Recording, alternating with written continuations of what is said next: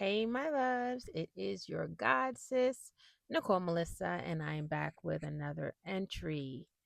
So today I want to talk about perspective. Let's get into it.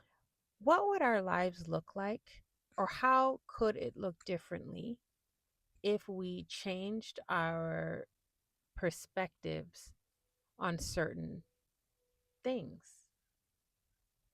And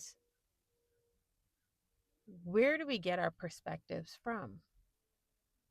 So immediately off rip, the first things that come to my mind are childhood, how we were raised, and also society. Society at large is how we gain our perspectives. That could be the people we interact with daily, that can be the things that we watch on television and movies and books we read. I think they all have a way of shaping our perspective, right? And then lastly, how we experience life. So when I was thinking about these things, I was thinking, how, so with the last one, experiencing life, is it that we are experiencing life based on our perspectives? So the last one seems to me like an outcome. So then we have to look at the first two. And I tend to believe that it's the primary, which is how we were raised, that we really gain our perspectives. And from there, we whatever we've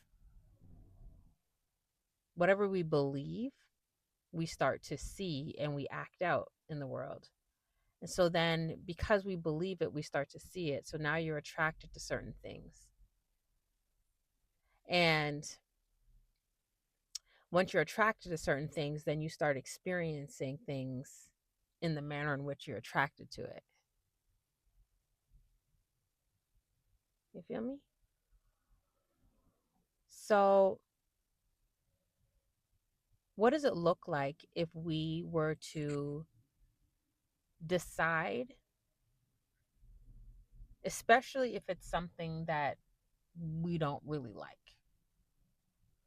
It's not really serving us. What would it look like if we decided to stop doing it that way? And if we decided to see it another way and work from that angle? I imagine that it changes our whole lives and the way we experience life. Yeah. One of these days, I hope that I find the courage and the kahunas to share publicly what the Lord is sharing with me that He hasn't actually said that I can't share. A matter of fact, I have a sneaking suspicion, or better yet, a feeling that I am supposed to share it, but I don't want to. And the danger in not sharing what the Lord has told you to share is that you're not living your purpose. You're not doing what you're supposed to do because you aren't just here for yourself. We were never born into this world for just ourselves. We were born to assist one another, whether we realize it or not. So, this is just me being transparent about the fact that I know that I'm supposed to share something, but I'm not comfortable yet. But I also I am obedient. And although it might take me some time sometimes to get to what I know I need to do, I do always get to what I know I'm supposed to do. So the time will come where I will share that. And the reason why I'm even mentioning this is because, a part of my gifting, my portion for the world, is wrapped up in perspectives. I'm at a later time going to explain what that means. Um, Hold on a second. I have a feeling my neighbor is going to come talk to me. One second. Sorry about that. Yeah. So anyway,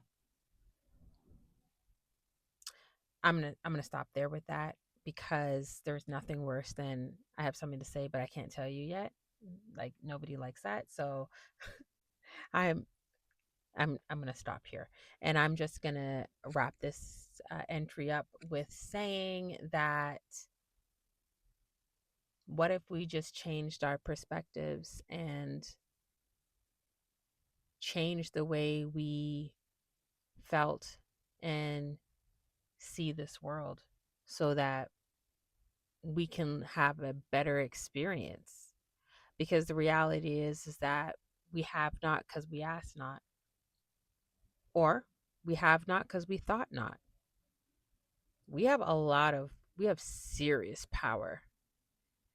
There is so much power in the tongue, it's not even normal. And a lot of us cut ourselves off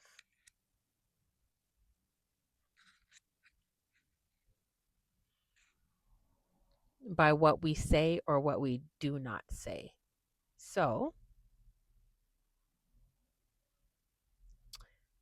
I, for one, am a person that when I come into knowledge about about certain subject matters, not every, because sometimes I can come into knowledge about something that it's not going to make me change anything, but there's some things that I will come into the knowledge of how the mechanics of a thing or the logistics of a thing, and I can't help but to change.